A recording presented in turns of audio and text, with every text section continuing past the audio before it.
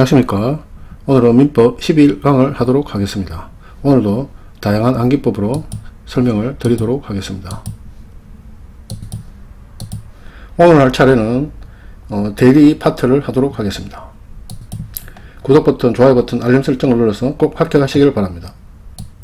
먼저 대리의 의에 대해서 보면, 대리란 타인이 본인을 위해서 본인의 이름으로 의사표시를 하거나 의사표시를 수령함으로써 그 법률 효과가 직접 본인에 관하여 생기는 제도를 말합니다.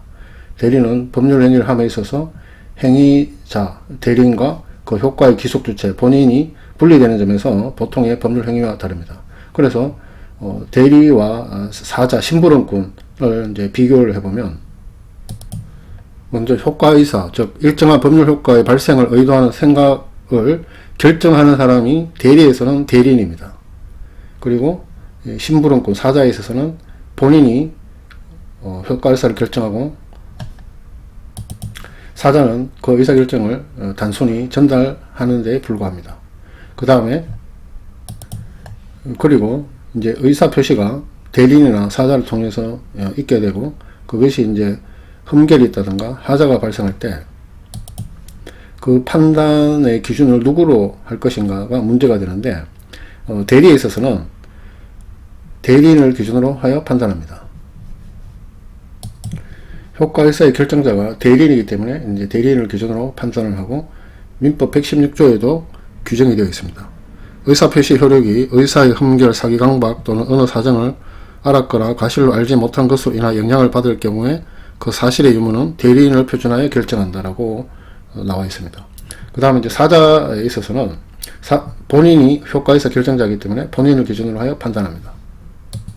그래서 이 암기는 요 대자, 그 다음에 뭐 대리인 대자 같으니까 그렇게 암기하시면 되고, 사자에 있어서는 본인 요렇게 되는데, 우리 사본, 카피본을 사본이라고 하지 않습니까? 그래서 사본 이렇게 암기를 하시면 되겠습니다.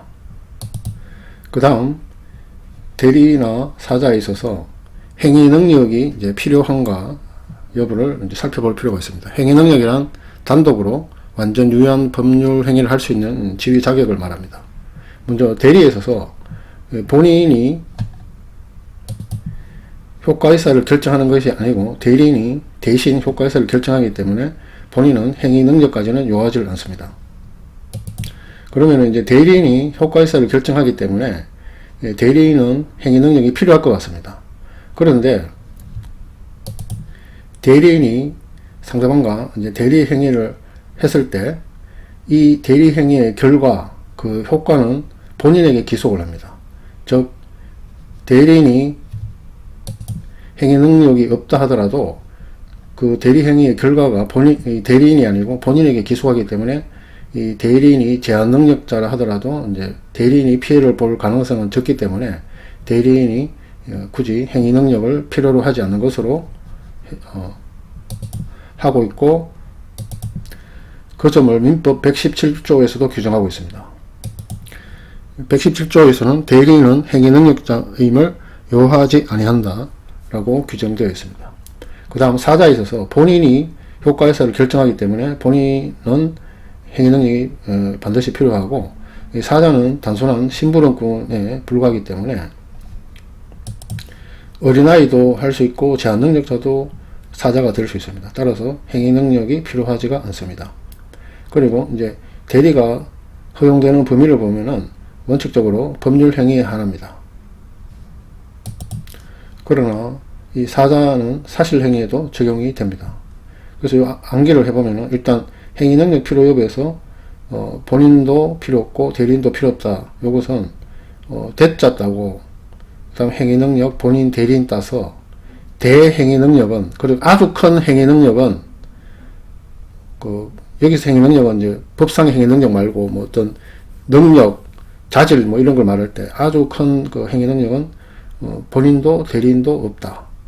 모든 사람이 아주 큰 행위 능력은 이제 상식적으로 없는 거 아닙니까? 그렇게 암기를 하시고, 그다음에 이제 사자에 있어서는 본인은 있고 사자는 없으니까 사본만 외워서 아까처럼 사본으로 외우시면 되겠습니다. 그 다음에 허용되는 범위는 대리는 이제 법률 행위에 한한다고 했는데 대자 법자 따서 대법원, 그 다음에 이제 사자는 사자 같으니까 4 이퀄 4 이렇게 암기를 하시면 되겠습니다. 그리고 대리제도에 있어서는 이 본인, 대리인, 상대방이라는 3명 관계가 형성됩니다. 그래서 본인과 대리인 사이에 이 대리권을 중심으로 뭐 발생, 범위, 제한, 소멸 이런 것들이 이제 논해지고, 그 다음 대리인과 상대방이 그 대리권의 범위 내에서 이 상대방하고 법률 행위, 즉 대리 행위를 하는 것에 대해서 논해지고, 이 대리 행위의 결과로서 이 대리 행위의 효과가 직접 본인에게 기속하는 대리 효과, 즉 효과 기속을 논하게 됩니다. 그래서 순서로 보면 먼저 본인이 대리인에게 대리권을 수여하고, 대리인이 상대방에 대해서 어떤 이제 대리 행위를 하게 되고, 그 다음에 그 결과로서 효과가 본인에게 기속되는 이런 순서로 이루어집니다. 그리고 이제 대리의 종류에는 임의대리, 법정대리 이런 식으로 종류를 볼 수도 있고, 뭐 능동대리, 수동대리 또는 유권대리, 무권대리 이런 식으로 볼 수 있는데, 여기서는 일단 임의대리, 법정대리를 살펴보겠습니다. 임의대리란 본인의 신임을 받은 자가 그 본인의 수권행위에 의하여 대리권을 갖게 되는 것이며, 그래서 이 그림에서 잠시 참고를 해보면,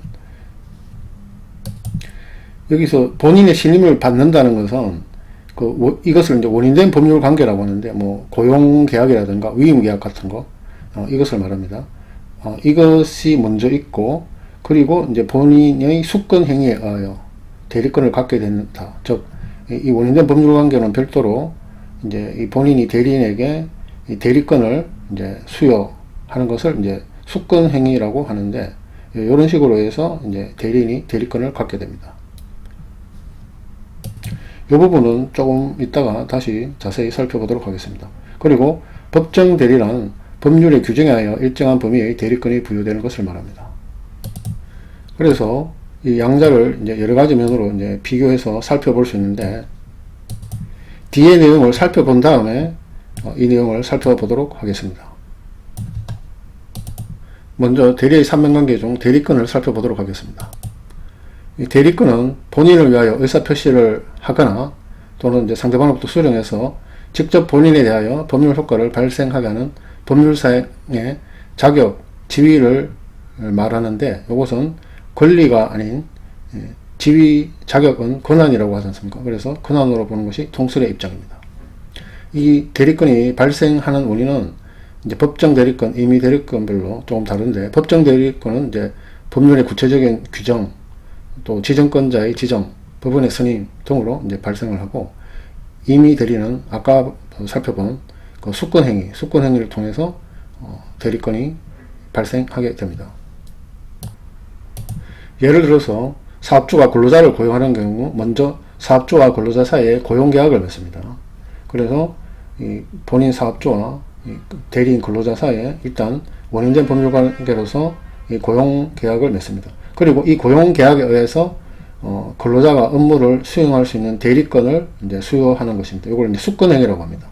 그래서 이 본인 사업주가 대리인 근로자한테 이 원인된 법률관계의 결과로서 업무를 할 수 있는 대리권을 수여하는데, 이것을 수권행위라고 합니다. 그래서 제가 원인은 그 전에 의사표시에서도 원인은 이제 뿌리로 표시하고 결과는 요 과일로 표시했지 않습니까? 그래서 이 원인된 법률관계는 이제 원인에 해당하고, 그 결과치는 이제 이 수권행위다.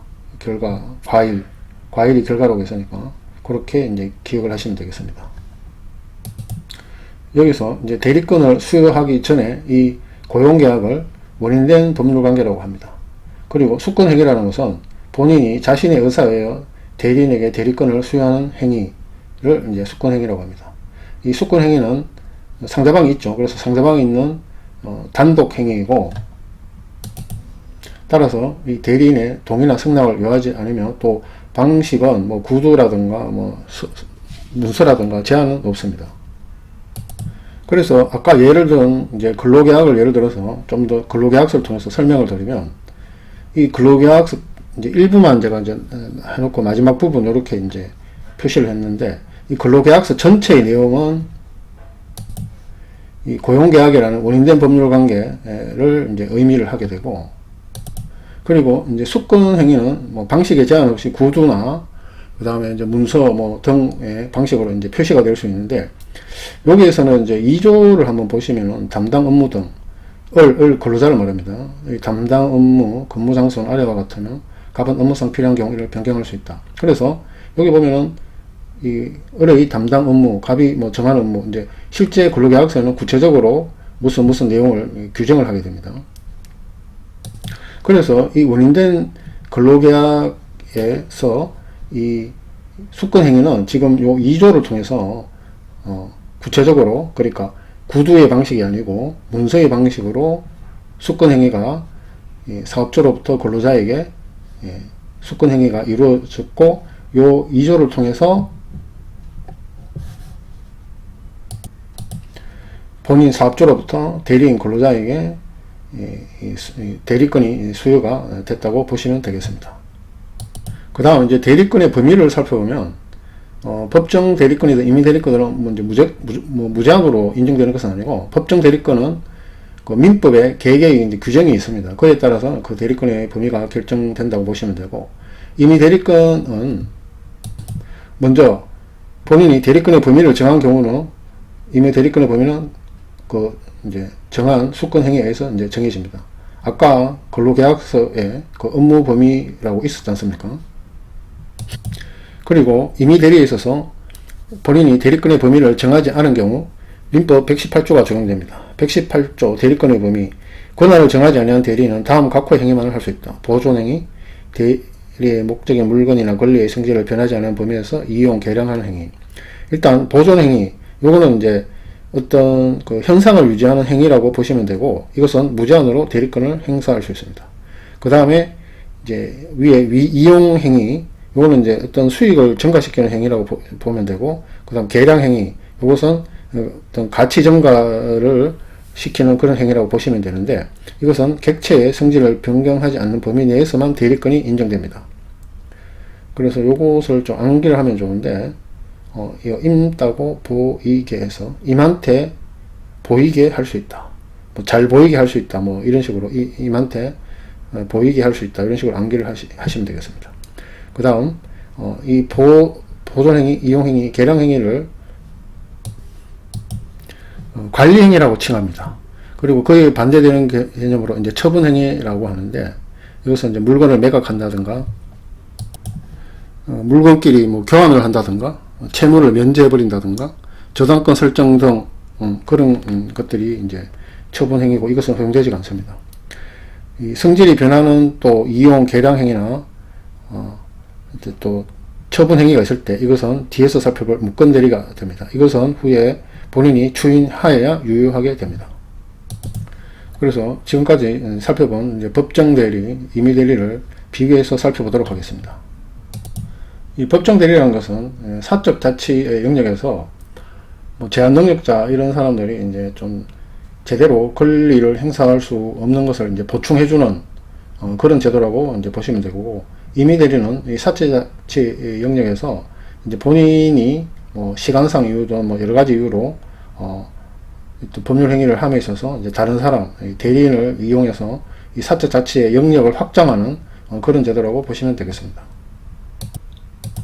먼저 이제 이 대리권의 발생 원인을 보면, 법정 대리는 법률의 규정, 뭐 827조, 911조, 뭐 938조 등이 있고, 또 지정권자의 이 지정으로 발생할 수 있는데 931조가 있고, 또 법원의 선임으로 발생할 수 있는데 뭐 22조, 932조, 936조 등이 있습니다. 그리고 임의대리에서는 이제 본인의 수권 행위, 즉 법률 행위에 의하여 이제 대리권을 수여하는 수권 행위로 대리권이 발생하고, 이 대리권의 범위 제한을 보면 법정 대리에서는 법률의 규정에 이제 구체적으로 나와 있거나 법원의 결정으로 제한을 하게 되고, 그 다음에 임의대리에 있어서의 범위나 제한은 이 수권 행위를 해석함으로써, 아까 근로계약서에서 그 2조의 업무 범위를 정해놨지 않습니까? 뭐 그러면 이제 그런 업무 범위로 구체적으로 열거된 것을 해석해서 이 대리권의 범위 제한을 논한다는 것이죠. 그 다음에 이제 대리권이 이제 소멸을 하는데 법정 대리에서는 개별적 법률 규정이 있습니다. 그 다음에 임의 대리에서는 수권 행위의 철회 128조 또는 원인된 법률 관계의 종료 역시 128조에 나오는데 128조에서는 법률 행위에 의해 수여된 대리권은 전조의 경우 외에 그 원인된 법률 관계의 종료에 의하여 소멸하고 또 법률관계의 종료 전에 본인이 수권 행위를 철회한 경우에도 같다라고 해서 이제 128조에 되어 있고, 그 다음에 또 이 법정 대리와 임의 대리의 공통된 소멸 원인이 있습니다. 여기서 이제 127조에 나오는데 본인이 사망, 대리인 사망, 대리인의 성년 후견의 개시, 대리인의 파산, 이런 경우에 이제 공통된 소멸 원인이라고 보시면 됩니다. 여기서 이제 암기에 대해서 말씀을 드리면, 일단 이제 법정 대리에서 법 보면은 이제 그 다음에 법으로 시작이 되니까, 이 법 이퀄 법이니까 그렇게 암기를 하시고, 그 다음에 뭐 지정권자가 있는데 법정 대리할 때 정자가 있고, 지정할 때 정자가 있지 않습니까? 그래서 법정 대리는 그렇게 암기를 하시고, 그 다음에 임의 대리에서는 수권행위, 또 수권행위 해서, 뭐 수권, 숫자가 이제 다 나오지 않습니까? 그 다음에 원인된 할 때 원자. 그래서, 임의 따고, 숫자 따고, 원자 따서, 임금의 수원. 뭔가 하면은 이제 정조 대왕이 이 수원성도 만들고, 뭐 수원에 대해서 뭐 여러 가지 뭐 활동을 많이 했지 않습니까? 그래서 뭐 정조 임금의 수원 뭐 이런 식으로 암기를 하시면 되겠습니다.